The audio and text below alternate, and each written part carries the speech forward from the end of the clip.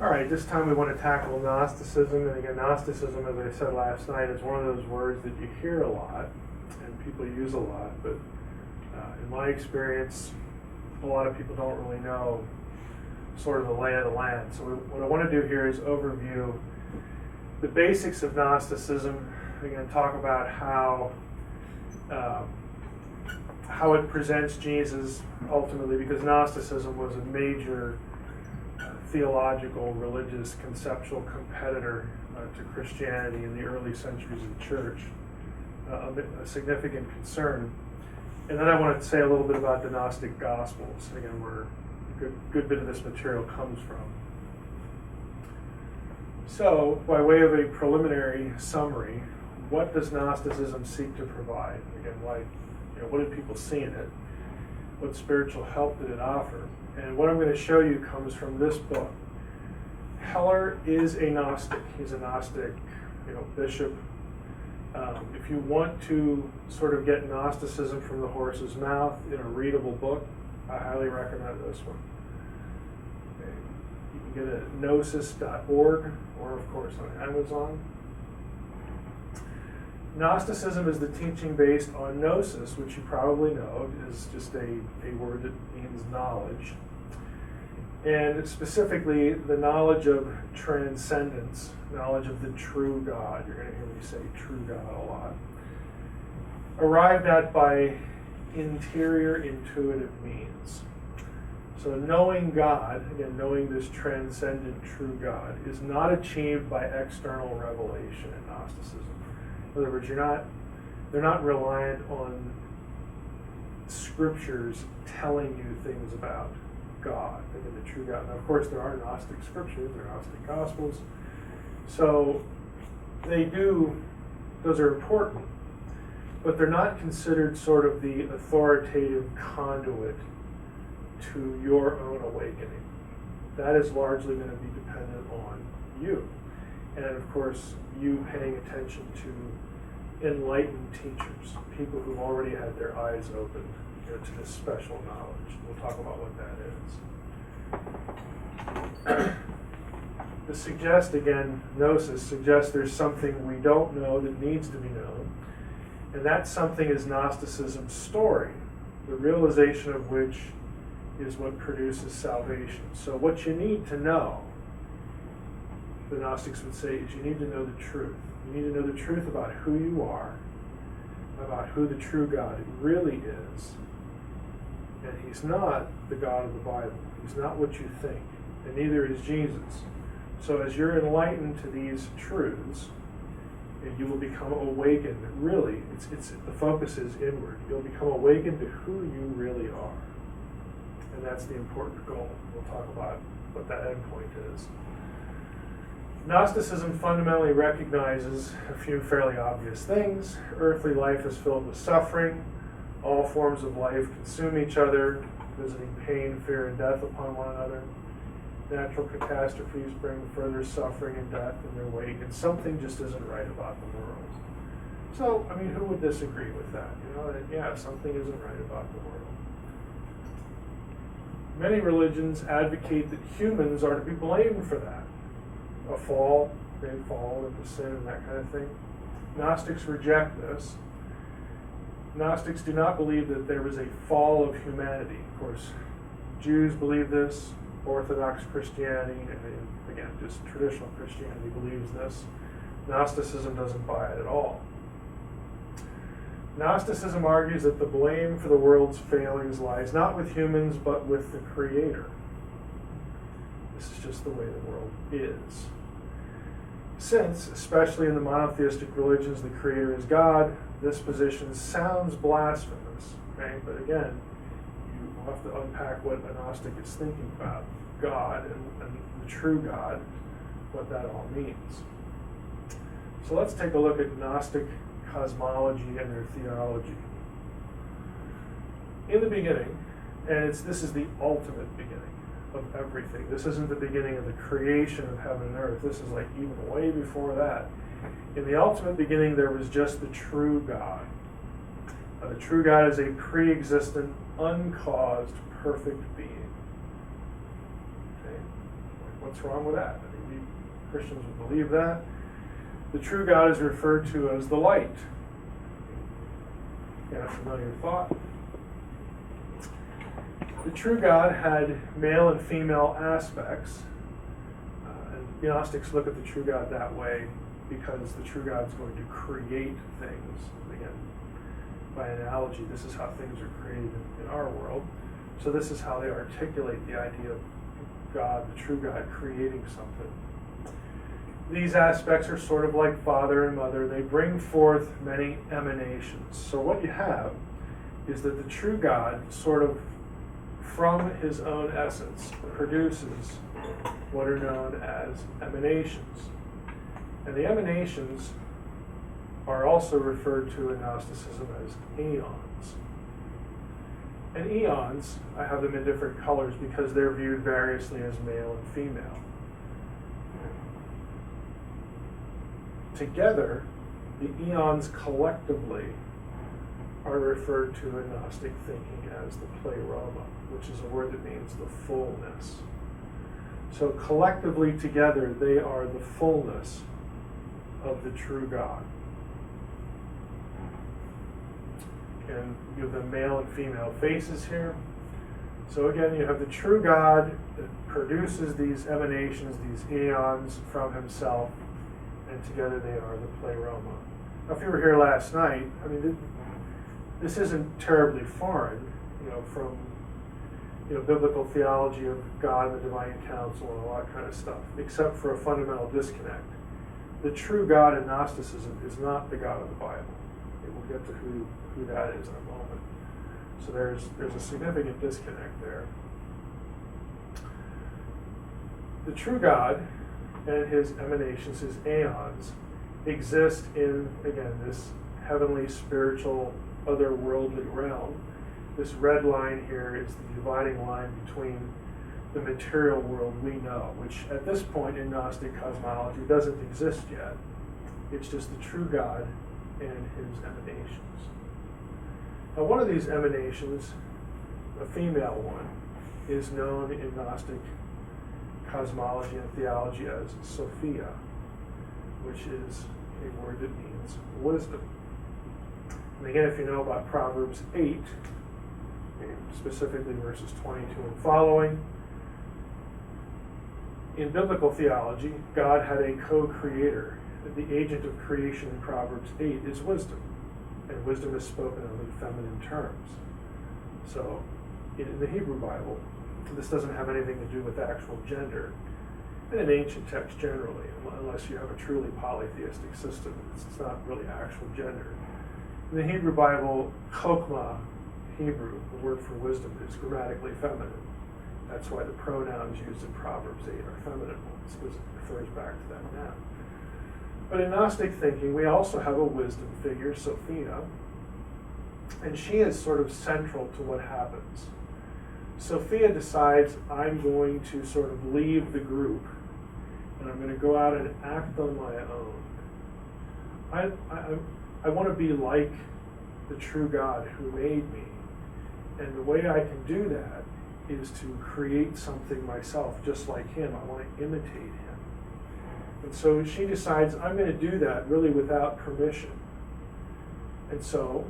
Sounds familiar. Sounds familiar. So she says, I'm going to do that. I want to be like him. And so she creates a deity, a deity figure. And I'm using Blake's picture of the maker here.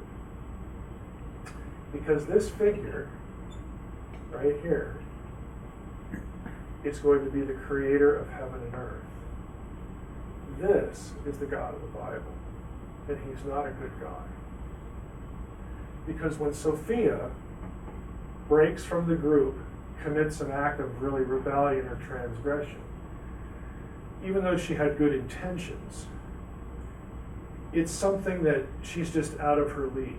You don't really know what you're doing with creation. In fact, you need a male consort to create. You're not me, you're not the true God. You can't just do this on your own. Collectively, all of you are the true God, the fullness. So just one of you is just an inferior being. And you're just going to mess up, and she does. she creates this being that Gnostics refer to as the demiurge, and he creates heaven and earth. And also with heaven and earth, he says, I need some helpers too. I need some henchmen.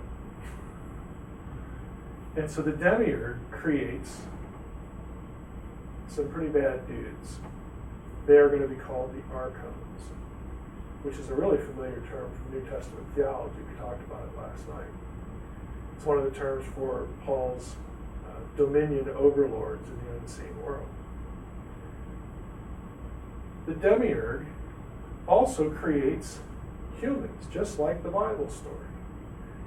So in Gnostic theology, the true God is this sort of indefinite, undefinable, sort of impersonal being up here. The demiurge is the result of an error or a rebellion. But this is the God of the Bible, and he creates earth as his own domain, and he creates henchmen to help him run it, and he creates humans to be slaves. They're going to work the planet, and these guys are going to keep them in line. They're going to assist me. So in Genesis 1, when it says, let us create humankind in our image, what the Gnostics are thinking is these guys either participate or sort of watch or do something because they're going to have a role in keeping the slave in line.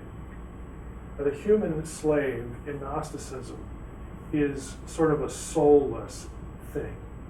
It's kind of a pitiful, soulless being without, intelligence or anything like that. It's just more or less robotic.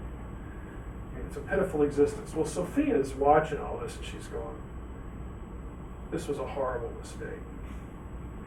I should not have done this. And so she has pity on the human. And she thinks to herself, I got to do something about this. I can't let these hapless beings here suffer under the dominion of the demiurge, the maker, is what the term means, and his henchmen. So what does she do? She can't stop it. It's already happened. So what she does is, I'm going to take a little bit of myself, a little bit of my essence, my divinity, and I'm going to put it in the humans. Now, here's the phrase, that little spark of divinity is going to live in them and flourish in them. And it will create the possibility that they can be awakened to what? To gnosis, to knowledge. Well, what knowledge? The knowledge that you're not just a slave here on earth. You need to know who this God really is. He is an evil entity. He has made earth a miserable place. It has evil built into it, and you're at the mercy of it. You need to know who he is, really. And you need to know that within you is a spark of divinity that comes ultimately from the true God. There is, as Ben-Hur in the movie says, it's one of those terrible lines in the movie, and I love Ben-Hur, but that there's God in every man. This is where the idea comes from. This is Gnosticism, the spark of divinity. So salvation for you is you awakening to the fact that you are divine. You are not just you and your body. You are not just body and soul. You are, in fact, divine. That's what needs to be going on in your head. Now, a few observations. What we saw feels pretty dualistic. A creator-creation distinction. However, Gnostics, though, taught that the creation of our material world by the demiurge was just an illusion deriving from our own misperceptions of the true God. We humans think that the demiurge is the true God, but he's not. So we're misled. And so we think there's some sort of division between the creature, us, and the world, and the Creator, because He put us here. But that's not actually the truth. The truth is that the true God is eternal, uncreated, and there's a little bit of Him in you. The truth is that everything we know, ultimately can be traced back to Him who had no beginning. So it's actually a monistic system that all is one. Even though there's tragedy, even though there's error, even though there's rebellion, even though there's hardship and evil, all is one. It just needs to be restored or kept in line by the true God and His true agents, who are the aeons. But you're misled. You think that there's a distinction between creature and Creator, and that the Creator is benevolent. The Creator is not benevolent. The Creator is evil. He puts you here as a slave. The only reason you can even think coherent thoughts and awaken someday, hopefully, is because one of the eons who messed up felt sorry and made sure there was a little spark of divinity in you. And you need to awaken to that knowledge of who you really are. That's salvation. Because ultimately, yes, you'll die, but nothing ever really dies, because all is one. Your immaterial you, put there by Sophia, and passed on through generations, that will live forever and will find its way back to the true God.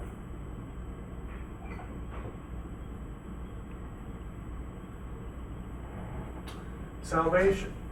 Let's throw this in, because there's a role for the Christos in Gnosticism, the Christ. The Christos is one of the eons in Gnosticism. And the Christos, of course, knows what's going on and knows that Sophia made a mess of things and knows that, okay, she's trying to do the right thing here. So the Christos decides, I'm going to try to help too. I'm going to come to earth and manifest as a man, or some Gnostic texts have the Christos sort of entering a man. So he's either manifests as a man, which means he's not really a man. He just, sort of looks like one. Or the Christos enters into a human. So there's no real direct incarnation through virgin birth or anything like that. It's like a possession, possessing a body. So the Christos comes to earth to do what? To reveal the light. He wants to try to teach people who they really are. He wants to try to teach them what happened and how that God is in every man, and what Sophia did, and how they need to awaken to the fact of their own divinity. And then that will be salvation, to come to that knowledge and return to the true God. So this is his mission. The Christos comes to earth to reveal the light. Who's the light? The true God, not the maker, the true God. The demiurges, archons, and the powers of darkness manipulate humans to kill Jesus, in whom is the Christos. So again, the maker and his minions are evil. The Christos, after this event, returns to the light, returns to the play realm of the rest of the eons. So we don't have a physical bodily resurrection, we just have a return to the light. And his message while he was on earth is gnosis. He talks about light versus darkness. He talks about good versus evil. He talks about divinity. He talks about returning to the Father. And basically, you can go through the New Testament and take all the catchphrases of Jesus and recast them into the system. And that's what Gnosticism did. Now, summary, just for this point. Gnostics believe the following. The true God and the divine creator of the world are different beings. Quite different. Evil and suffering are the fault of the demiurge, not a human fall. The world is evil because he's evil. And he created the world in his own likeness and humans in his own likeness. Humanity was created but has the spark of the true God in it by means of Sophia. She's the heroine, ultimately. Salvation for humans is not about deliverance from sin, but being awakened to their own divine nature. This is the part that I said sounds like Oprah. Okay. This is Oprah theology. Human destiny is to return to the light, return to the true source of human consciousness, to journey back into the cosmos, to meet the true God. That's our destiny. Let's talk a little bit about the Gnostic Gospels. By the way, we'll return to this point, back to the cosmos. It's a big theme in pop culture, movies, comic books, the whole. A lot of that stuff is just formed over Gnosticism for entertainment purposes. A little bit about the Gnostic Gospels. Now, you'll often hear Gnostics claim that, well, our Gospels are the ones that, like, the official church people just eliminated from the New Testament, kicked them out, kept them from being accepted as sacred. There was this great big conspiracy. And, you know, they're contemporary with the Gospels you people think are inspired. You know, they were all written at the same time, and they were all sort of up for grabs and that kind of thing. It's not true. So I want to talk a little bit about the Gnostic Gospels from Nag Hammadi. Now, this was popularized in the Da Vinci Code. This is from the Da Vinci Code. He says, Dan Brown says, and one of his characters says, more than 80 Gospels were considered for the New Testament. It makes it sound like, you know, a tournament. You know, round robin tournament or something. And yet only a relative few were chosen for inclusion, Matthew, Mark, Luke, and John among them.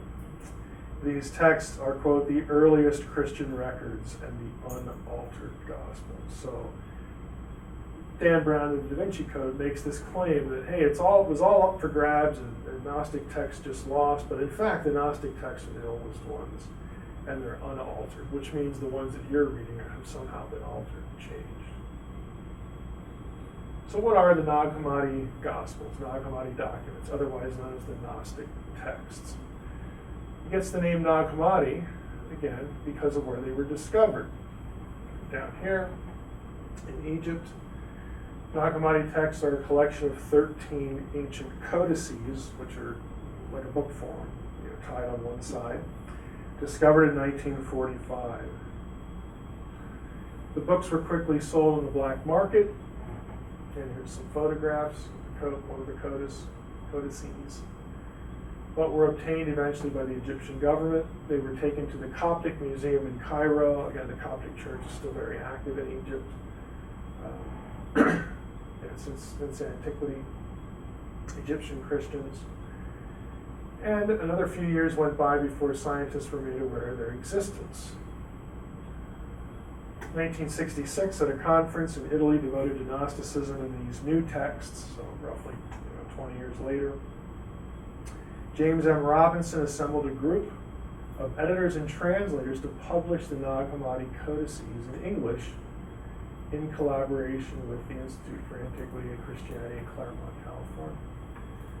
Robinson oversaw the project. In the meantime, a facsimile edition, which I'll show you paged out in a moment, in 12 volumes did appear between 1972 and 77, subsequent editions 79 and 84 from E.J. Brill, which is a major scholarly publisher. The Robinson translation was first published in 1977. Here's a copy of the cover. Obviously still widely in circulation today. Logos has a digital version of this, which is great for searching, and I'll show you. I think I have some screenshots of it.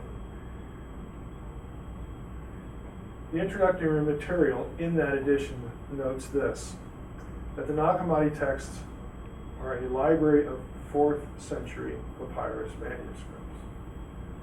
So I'm sorry, Dan Brown.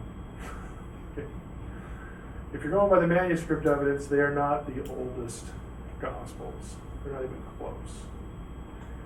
Consists of 12 codices again, plus 8 leaves, so on and so forth. Do we have any other hard evidence that the New Testament Gospels are older than the oldest Nag Hammadi material? What about the entire New Testament? Is that older than the Nag Hammadi material? Well, yes, it is. They are, and it is. Now, I'm going to go through this just to try to explain. What I'm going to show you, again, chronologically up here you have the crucifixion, and here's the end of the 1st century, and so on and so forth. I want to show you how the material of the New Testament is quoted in sources that predate the Gnostic Gospels. Okay, so that tells you it was around before the Gnostic Gospels.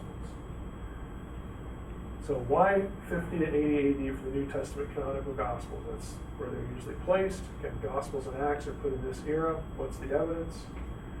3 non-technical points. The Gospels prophesy the destruction of the temple, which occurred in 70 AD. Therefore, they would have to be written before the destruction of the temple. Okay. The fulfillment is never mentioned. You would think a traumatic event like that, if the Gospel was written after the event, they would have mentioned it. But they don't. They always talk about it being in the future. Luke never mentions the death of Peter and Paul in either his Gospel or its sequel. Luke, of course, traveled with Paul. So if Paul would have died before he wrote his Gospel, you would think Luke would have mentioned it. Of course, Luke and Acts and Paul's still alive. So, 4 New Testament Gospels in the book of Acts. The Epistle of Pseudo-Barnabas, which is dated 70 to 79, quotes both Matthew and Mark. The Didache, again, 70 to 130, quotes Matthew extensively. Therefore, Matthew and Mark had to exist before the time. You can't quote something that doesn't exist unless you're a Jesus mythicist. Then you can just make things up. Luke and John are both quoted in the Muratorian fragment, again 170 to 180 AD. Polycarp, convert of the Apostle John, quotes the book of Acts in his own epistle to the Philippians. The shepherd of Hermas quotes Acts several times. Keep going. Romans is cited by Clement of Rome, where his dates are Polycarp and the Didache. 1 Corinthians is cited in the Didache and the shepherd of Hermas. 2 Corinthians is cited by Polycarp, shepherd of Hermas, and the epistle of Diognetus. Galatians is cited by Polycarp and Diognetus. Ephesians and Colossians are cited by Polycarp, Clement, and Ignatius. We're going to look at the dates. Philippians is cited by Polycarp, shepherd of Hermas, and Ignatius. 1 and 2 Thessalonians is cited in the shepherd of Hermas, the dedicated Polycarp, and Ignatius. You get the idea. 1 Timothy and Titus, cited repeatedly by Clement and the Didache and the shepherd. Ignatius makes allusions to the personal honor of Philemon. What about general epistles and Revelation? The book of Hebrews is cited frequently by Clement and the Didache. James is also cited by Clement and Ignatius. 1 and 2 Peter are cited by Clement. 1 John is cited in the shepherd of Hermas. 2 John is cited by Polycarp and the Muratorian fragment. 3 John and Jude are also cited by the Muratorian fragment. And Revelation is cited in the Didache, shepherd of Hermas, and by Justin Martyr. Every book in the New Testament is cited 200 years before the Gnostic Gospels, as they exist in Coptic. The fact is that the followers of Christ had chosen the 4 canonical Gospels as the true story of Jesus very early, before any of the surviving texts of the Coptic Gnostic Gospels, and likely before the Gnostic Gospels were composed, even in Greek, with the possible exception of Thomas. Thomas is the only one that might overlap, might be earlier than 200, but the other ones, no one fights about. Gospel of Thomas actually isn't the gospel either. It's kind of misnamed. It's a collection of sayings, ostensibly by Jesus. It's not like a history. It doesn't have a birth and ministry. It doesn't have anything that the Gospels have. It's a collection of sayings. So John dies in 96. 144, you have Marcion, the Gospel and the Apostle. And these are just some other things here. Justin, Memoirs of the Apostles. And the point here is that the first generation after the apostolic era looks upon these books and these people as historical figures of the previous generation. Notation. Tatian is important because he produced something called the diatessaron, which was a harmony of four. This is the first attempt at a harmony of the Gospels. Okay, Tatian, let's see if I have this on here. Oratory fragment. Okay, let's go back here. Yeah, the word on Tatian's diatessaron. Justin's disciple, and this guy was a disciple of Justin Martyr, produced a new edition of the fourfold gospel, again, by unstitching the sections of its four component parts and rearranging them to form one continuous narrative. This edition, the diatessaron, Harmony of Form, proved very popular. And what he did was he took the four gospels, as they were being circulated, put them all together in one volume, and circulated it. It was very popular, especially in Tatian's native Assyria, where the Syriac-speaking church was most unwilling to abandon it. Even in the 5th century, it was just a really popular book. Now, why is it important? Because the Gospel of Thomas, people have tried to date very early in the 1st century. The manuscript evidence is much later than that, though, late as the 2nd century. Okay? But since parallels to its more explicitly Gnostic concepts and terminology date from the 2nd century, it's probably no older than the end of the 1st century. So it post-dates the Gospels, but it's still pretty old. The attribution of the Gospel to Didymus Judas Thomas shows that it derives from the East Syrian Christian tradition centered in Edessa. Now, here's the point. The Gospel of Thomas, let's just take the oldest secure date. Let's say it's like 100 AD. And this is the only Gnostic text that you can even have a conversation about. It would have been known to Tatian. Okay? Gospel of Thomas derives in the East, the eastern part of the Roman Empire, where Tatian, was doing his work. He would have known this gospel. Here's the point. He doesn't include it in his harmony. When Tatian assembles a harmony of the Gospels, that he considers inspired and canonical, it's the four we have right now. He did not include Thomas. If it existed, we'll just presume it did. That tells you that in Tatian's mind, in the mind of the Eastern Church, Thomas's home turf, the Gospel of Thomas was not considered the same level as the four Gospels we have. It was excluded. He could have very easily just added it because he put the other ones together. If he would have thought that this deserves the same status, why not include it? But he doesn't. Let's talk a little bit about Mary Magdalene. She misses Jesus. I wanted to throw this in because it's current, and again, it was popularized because of the Da Vinci Code, but it's been in the news lately because of a spurious fragment that the scholar at Harvard, unfortunately, spoke of publicly prematurely and is now sort of taking a beating for it. This is your Coptic Gnostic library from Brill, and this is the current scholarly edition of the Gnostic texts. There's an English translation and then a Coptic counter page each. So they reproduce it in Coptic and in English. This is volume 2. Now, if you read the Da Vinci Code, I realize this is a little dated now, but this is where this whole hepped up thing about Mary Magdalene and Jesus being married.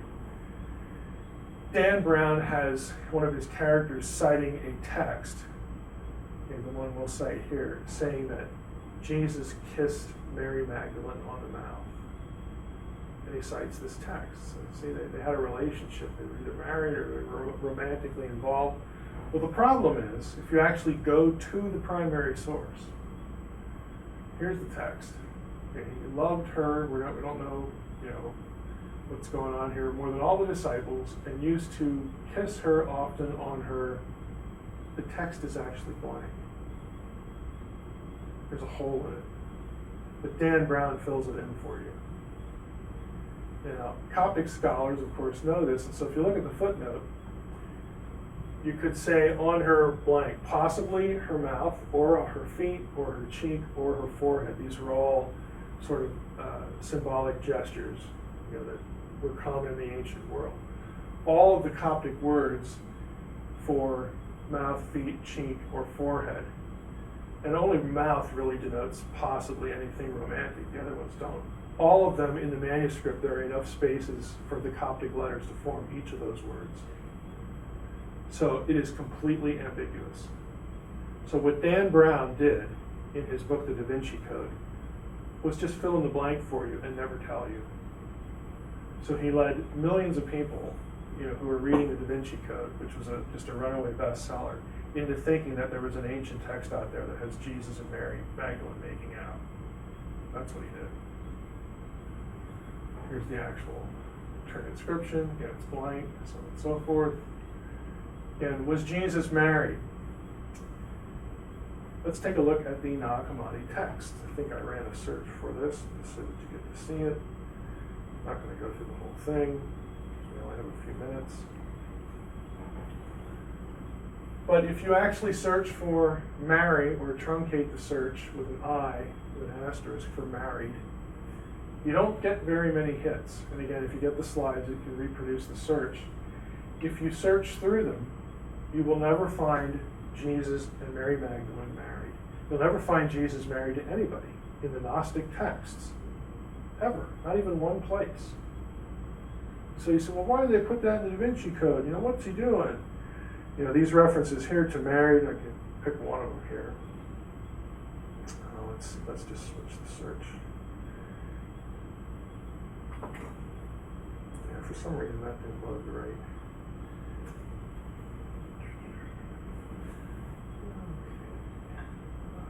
English here.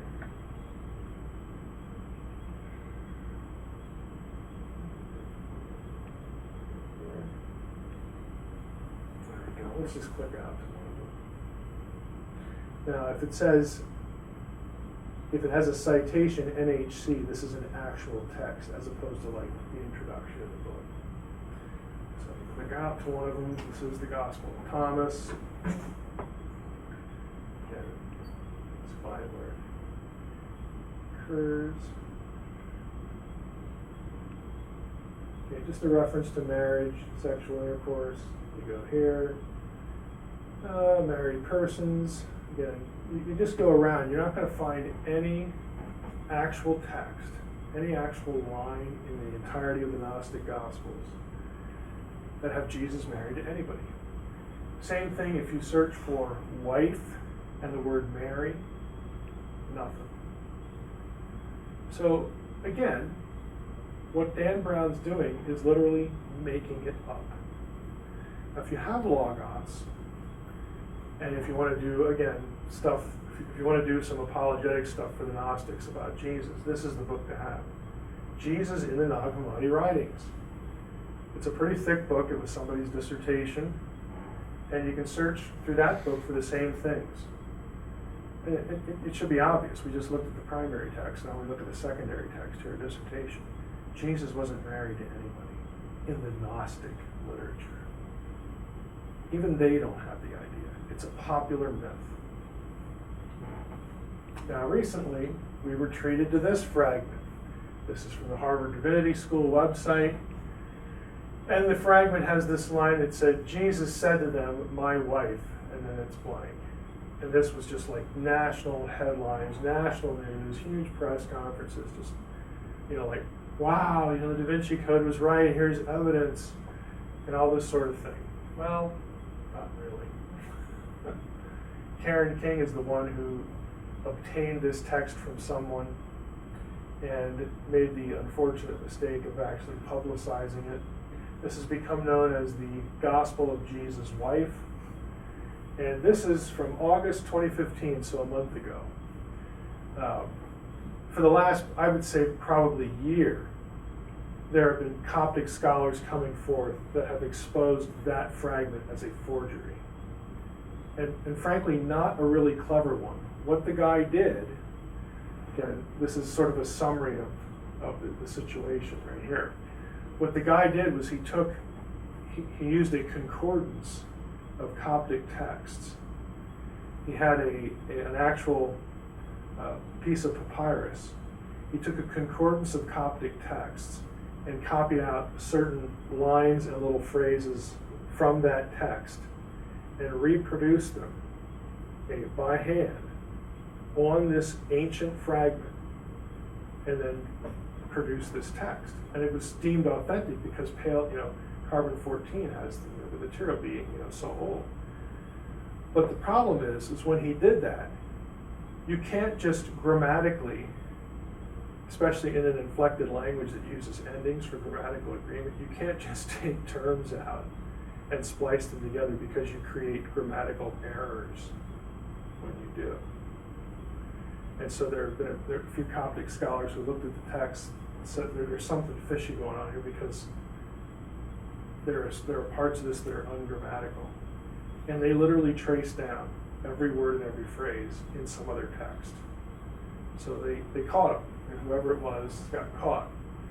So if you wanted to go up to the website, I just have a few examples marked here again. It was Grondin's interlinear, and he created the Gospel of Jesus' wife using material from the Gospel of Thomas. The forger only had to switch third-person masculine singular pronouns to their feminine equivalent and make a patchwork text. But it included telltale signs of forgery, including the apparent repetition of a typographical error from the interlinear. That somebody actually got the text wrong when they reproduced it for the book. But the forger didn't know that. So he got caught. Whoever it was got caught. But this was in the news. This has been in the news for a couple of years. And there's nothing to it. It's bogus. Okay, again. So again, if you want to look at the links, you can go to the links and read the whole story about the Gospel of Jesus' wife. And that's what you're going to get. So that's your introduction to Gnosticism. Like I said, we'll come back to this cosmic thing, this quest to return to the original source of everything in the next thing we do. So we'll take a break again. Yeah, can I ask one real Sure. quick question? When you had this slide on kind of breaking down, I guess this Gnostic pantheon or whatever you want to call it, the demiurge. What's his name? Okay, demiurge is a term that just means the maker or the creator, but he goes by different names in Gnostic texts. Again, he's a bad guy, so that the names are pejorative. He's called Saklas, which means the fool. There's one, Yaldabaoth. There's another term. Trying to remember. There's a third one that's escaping me here, but none of them are very flattering. The fool. I can't think of the third one, okay. But it's not. They don't like it. So the Gnostics refer to the God of the Bible as the fool because he's a bad guy. And his little character helpers, who do they equate to? They're the archons. I mean, it's a ruler now. You don't have what scholars consider full-blown Gnosticism as a system, as an organized, systematic religion. You don't have that in the New Testament era. You do have sort of the threads and components of it in the New Testament era and a little bit before, because Gnosticism is actually very eclectic. It has to do with, again, like mystical realities and stuff like that. So it'll draw on Jewish mystical texts. It'll draw on early Christian mystical texts and sort of put them all together. It draws some things from Zoroastrianism to make it work. But a lot of scholars think that archon as a term is one that Paul did not coin, again, for Paul uses terms like principalities and powers in our English translations.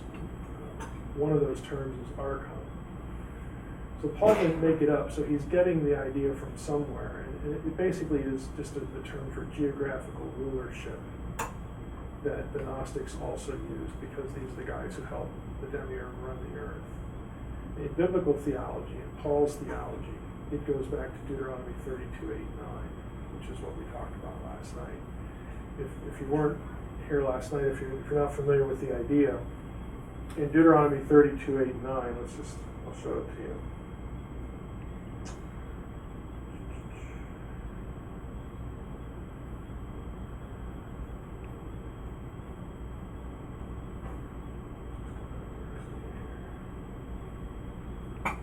Okay, when the Most High gave to the nations their inheritance, let me just close the inner layer here, we don't need that. When the Most High gave to the nations their inheritance, when he divided mankind, he fixed the borders of the peoples according to the number of the sons of God. But the Lord's portion is his people, Jacob his allotted inheritance. This is the ESV. Just about every other translation will not read sons of God here. It'll read sons of Israel. Sons of God is the correct reading. This is the reading that comes from the Dead Sea Scrolls. What the ESV did was incorporate the Dead Sea Scroll reading right into the running text instead of putting it in a footnote.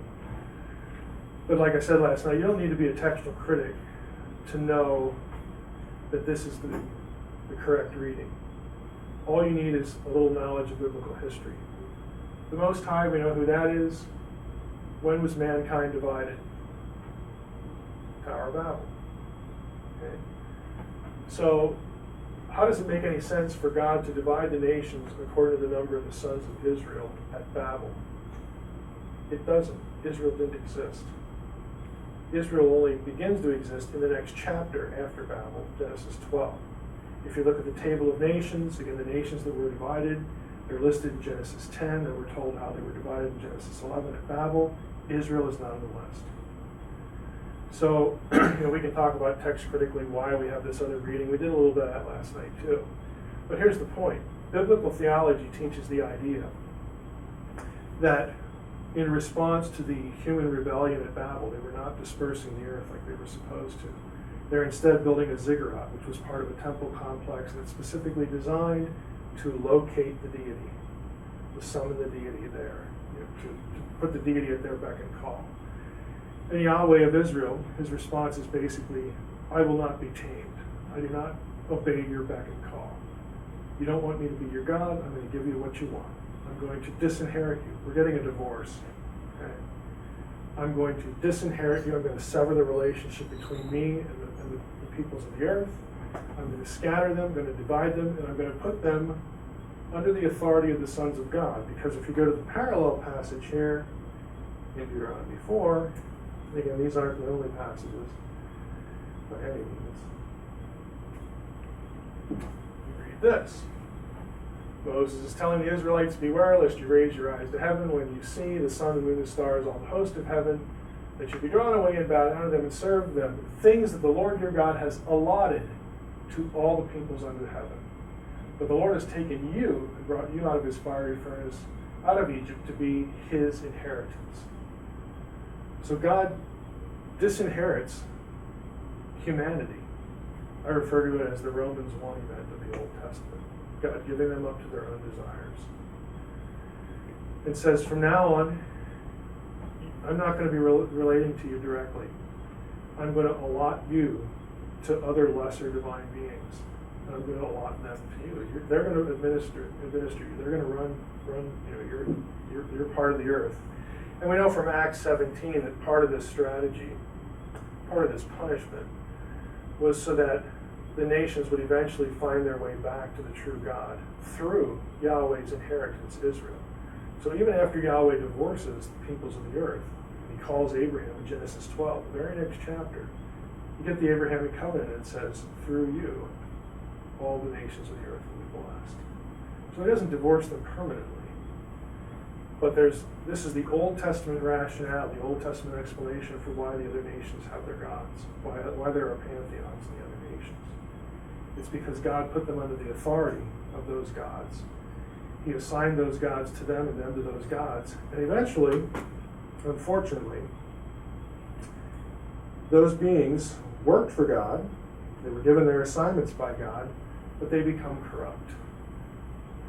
Psalm 82, again, the classic divine council passage.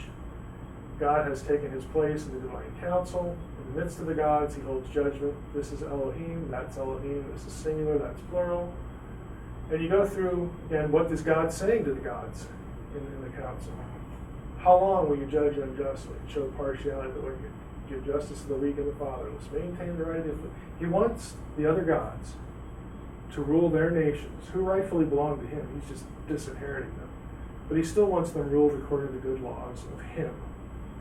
He wants just rule. because part of the plan is that one day they will be brought back into the fold. That isn't what happens. If you read through Deuteronomy, these other nations become known as the Shadim, which your English versions translate as demons. It's a little clunky. Shadim comes from Akkadian Shadu, which is, lo and behold, a territorial guardian spirit. So it fits. All the nations in the Old Testament world to the Israelite were under dominion of other gods. Originally because that's the way God set it up as a punishment. But those gods then become hostile, and they seduce Israelites into worshiping them. Deuteronomy 17, Deuteronomy 29, you get these references back to these other gods. And the whole thing just falls apart. So this frames the entire system, the entire theology of the Old Testament. It's why it's Yahweh against the gods and Israel against the nations. This is why, because of their corruption. So when Paul inherits his theology from the Old Testament, he refers to these territorial Elohim, these territorial gods, who the biblical writers believed were real. In Paul's terminology, they are principalities, powers, dominions, authorities, rulers, thrones. They're all geographical dominion terms, and archon is one of them. So the archons in New Testament thinking run the earth in rebellion and hold people enslaved, away from the true God and away from the gospel. In Gnostic theology, they help the demiurge keep humanity as a slave. So there's some similarity there, but not, obviously coming from a totally different direction.